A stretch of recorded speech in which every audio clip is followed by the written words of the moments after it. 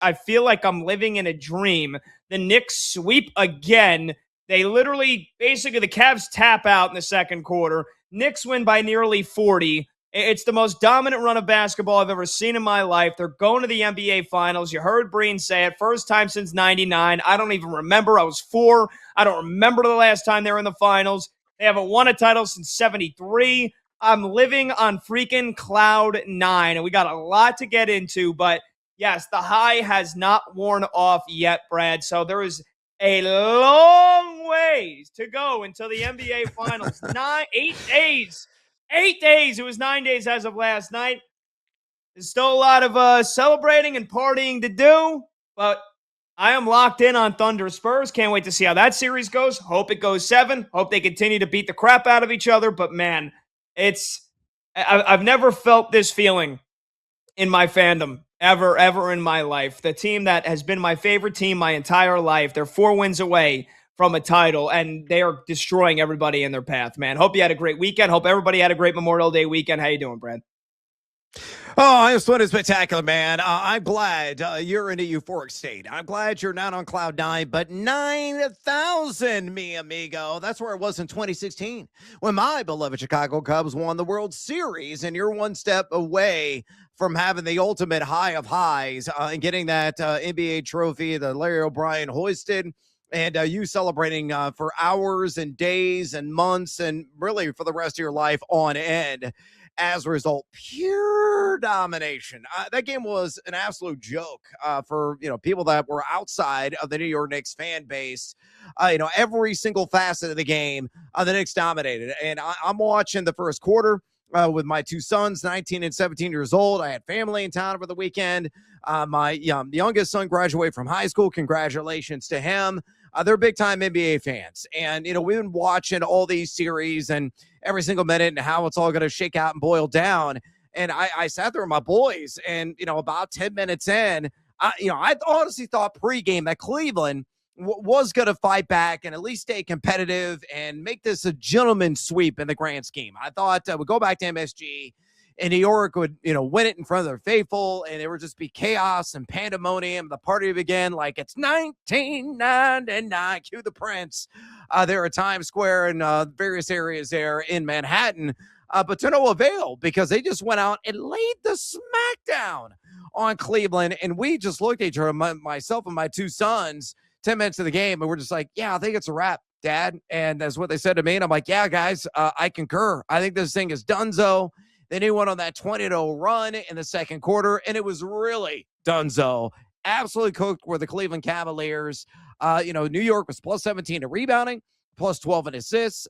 They had 8 more made threes and only give up 0.912 points per possession.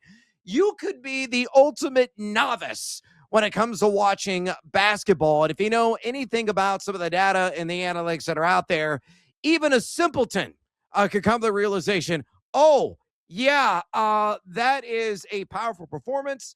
That is a performance in which New York probably won by 20 or more points, and they end up winning by far more than that. 37 an elimination game. You made Travis Kelce cry. Oh, the poor baby. What's he got to do? So congratulations to your beloved New York Knicks, and Chalamet in attendance, and of course Ben Stiller is going to be still partying. Spike Lee. I can't wait. I know it's an eternity away. The NBA Finals are going to begin, but there is going to be no better, louder, more intoxicating crowd than what is going to transpire to MSG. So as somebody that has no skin in the game, no dog in this hunt or in the race, I can't wait to sit back, whether it's against the Spurs or the Thunder, and absorb the energy that's going to come out of the Mecca of basketball. Congratulations, mi amigo. Thank you, brother. Phone number to join the show, again, 310-840-4910. You want to get in on the celebrations. You want to just get in on this incredible run. I mean, again, I'll say it. Forget about the last 11 games, the 11 they've won in a row now. Let's take their entire playoffs here, all 14 games. They beat the Hawks in 6 and then back-to-back sweeps. So let's count the 2 losses to the Hawks. The Knicks still have outscored their opponents by an average of 19.5 points per game. That is the best point differential in NBA playoff history, and it's by a gigantic margin when the 71 Bucks won by an average of 14.5 points per game. That's factoring in for the 2 losses against the Hawks. If it's just the 11 straight wins, the Knicks are winning by nearly 25 points per game. It's absolutely absurd. Then you have the offense, the shooting. Their effective field goal percentage this playoffs is 59%. That's the best mark in NBA history. And in the last 11 games, it's even higher, and that is the best in NBA history for any 11-game span as well. I mean, Brad, it's just, I literally have to keep pinching myself. I'm like, this isn't real. This isn't real. I'm at my sister's house last night for dinner. I was like, let's just watch the first half. Then we have to drive home to Philly. I'll have my girlfriend Corinne put it on in the car, and I'll drive, and I can, I'll hear it and whatever. I can look over whenever need be. And I was like, babe, I was like, we could just switch back and forth between music and commercials. We watched the first half. The Knicks go up by nearly 30 in the second quarter. And we're like, all right, I think we can get out of here before halftime and try to get home before, 10 o'clock last night. It was unbelievable. And they've been doing it all series. It's been that easy for them. And then when it's so easy and you have an opponent that basically gives up, which is what Cleveland did, then it gets even better. And here's, by the way, gotta get Chuck into this open here. Gotta get Charles Barkley. And Brad, I was saying this at the end of Game 3, in the final minute and a half, when Jared Allen basically stops on 2 straight possessions, uncontested layups, and I was like, wow, the Cavs just tapped out here. That was at the end of Game 3. They still had to show up for Game 4, and after the first 5 minutes, they quit again. Here's Charles Barkley calling out the Cavs for quitting. This is and inside the NBA. This is at halftime last night when the Knicks were already up big. Yeah, kids at home, if you want to see what the word quit means, oh, come on, Chuck. To give up. The verb of that is Cavaliers. Oh, come on. This is what you see. You think they quit or the Knicks are just that good right now? Oh, they were down 29, Kenny. Kenny, look, this is just effort here. Come on, man. This is just effort. Come on, Kenny. Yeah, I mean, there was way we too got much some of more that now. Yeah. I mean, again, they were showing some plays, and there were some plays where the Cavaliers just literally were not playing defense. Like, they were like, screw it, man. We're done. We're toast. The Knicks got on a heater again, another kill shot run. We talked about that all during March Madness, Brad. These teams that can deliver these kill shots. The Knicks it was basically a 1 versus a 16 seed from the final 5 minutes of the fourth quarter. Game 1 through the rest of this series. And the Knicks just needed a 20-0 run or a 15-0 run once each game to basically put these freaking games away. And the Cavs quit. And it was pretty freaking embarrassing. But I guess I would tap out too if I'm playing in an 11-game span, the greatest team in NBA history. Because that's what the Knicks are. You can ignore it. The facts are the facts. You can say, oh, they didn't play anybody. Oh, the East stinks. Oh, they're going to lose in the finals. But in the last 11 games, all the numbers and the eye test tells you the Knicks are the greatest team in NBA history in the last 11 games. And I'm going to continue to live and beat my chest about that for the next 8 days. I'm sorry. Sorry, I'm not sorry. By the way, I think you just offended all 16 Cs because Cleveland was more like an NIT team at best. One that was the dregs of the keg, to say the least. So like Mount St. Mary's, for example, that'd be like a 16 caliber seed. We apologize. You're actually better than the Cleveland Cavaliers. That was a punchline, my friend. I have not seen a slaughter like that since Journal Armstrong Custer a Little Bighorn, quite frankly. I think he put up a better fight against the Ogala Sioux, frankly, than the Cleveland Cavaliers did against the New York Knicks last night. It was all she wrote, even before the 20-0 run in that second quarter. And Marin Mamdani of New York City, I think he said it perfectly on social media. If you missed a tweet, here's what it said. Quote, New York City sanitation, I'd like to report a sweep, end quote, a mic drop moment right there. I mean, that was outstanding. Just, again, pure party, pure euphoria, pure dominance, every way, shape, and form. That's what your beloved New York Knicks did. And, we've been saying it. The advanced analytics backup, everything you're seeing with the eye test, they are crushing every single soul in their path. Their net efficiency rating so far in this NBA postseason has been just off the charts high. As a matter of fact, what is the specific number in comparison to some of the other teams? Well, the Knicks are at 19.8 in that category. As a comparison, the second best team in net efficiency right now, the San Antonio Spurs, at 11.4.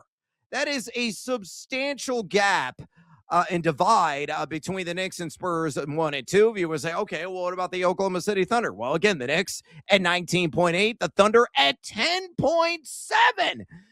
So, you were very optimistic, as you have unfolded here on the show the last couple of weeks and said repeatedly that, hey, the New York's going to win this thing. And I might say, bias is kind of, bleeding through a little bit, buddy. Might want to pump the brakes on that. It is the Eastern Conference. They haven't really been challenged. I still feel Oklahoma City is the best team remaining in this playoff race, but even I am reassessing. Even I am recalculating based on the slam dunk fashion. They are destroying everybody in their path. Now the ultimate question becomes, Pat, rust versus rest. We're going to get a true indication of what is going to actually be the answer to the age-old question with that 9-day layoff. But as you said, with all the rest there and the other two teams beat the bloody hell out of one another, if injuries were to mount or it's a hard-fought series and guys are exhausted, advantage New York. So, again, I think you're on to something. I think the Knicks have a damn good shot and winning the whole shebang. And if that occurs, New York may just break off and fall in the Atlantic Ocean, and everybody's going to be all right with it because it would be totally worth it.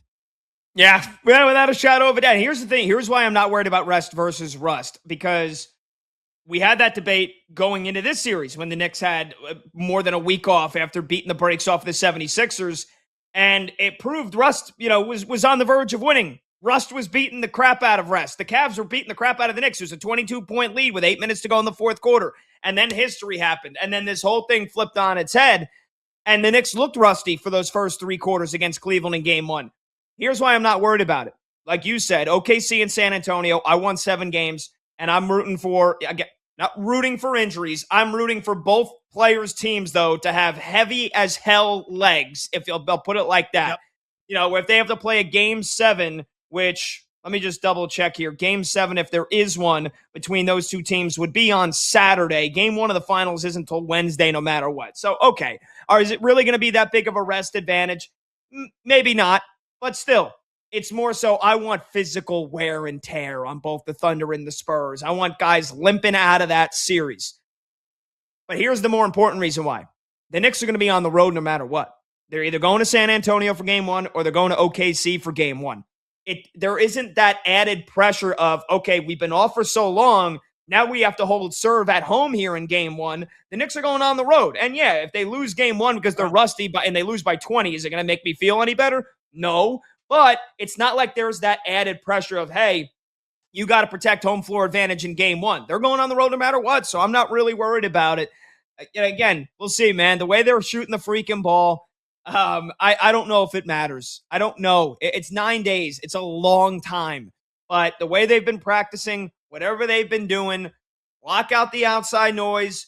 They didn't get too big of an ego after sweeping the Sixers. They end up sweeping the Cavs. Yeah, first 3 quarters of game 1 was definitely, pretty crappy to watch.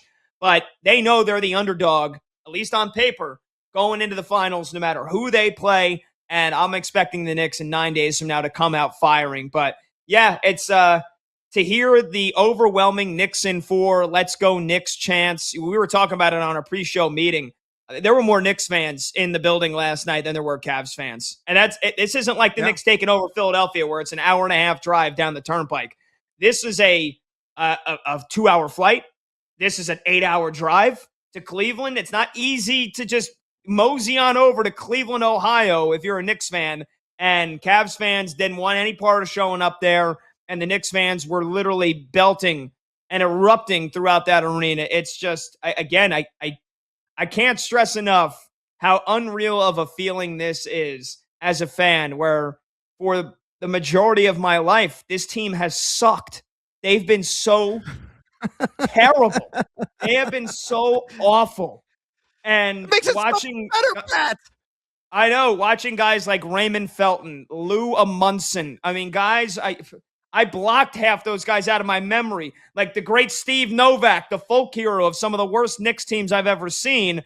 And I guess the couple of good teams with Melo. It's just like, it's not like the Knicks they had 2 years, 3 years in the playoffs. 2, they got crushed in the first round. The 1 year at Melo, 2013, whatever it was, when they should have beaten Indiana in the second round. And even then, they probably would have gotten smashed by LeBron and the Cavs.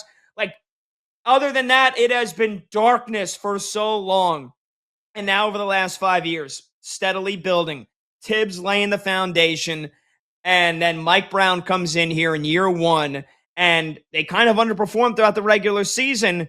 But I always trusted in Mike Brown. And I always believed, as much as I love and respect Tom Thibodeau as a head coach, he was never going to get him to a finals. And he was never going to win him a title. And this basketball we're watching was not going to be possible with Tom Thibodeau. I don't care. Let anybody tell you, any Tibbs truther, any Tibbs apologist. I love the guy for what he has done for the Knicks, bringing them out of the mud. But they were never getting here with Tom Thibodeau as head coach. So to see this team now finally reach their potential, 4 wins away. Yeah, like I said, on paper, Brad, they're probably going to be the underdog. But the way they're playing, I don't give a damn who they're playing. They could be playing Jordan's Bulls, and I'd still give them a chance.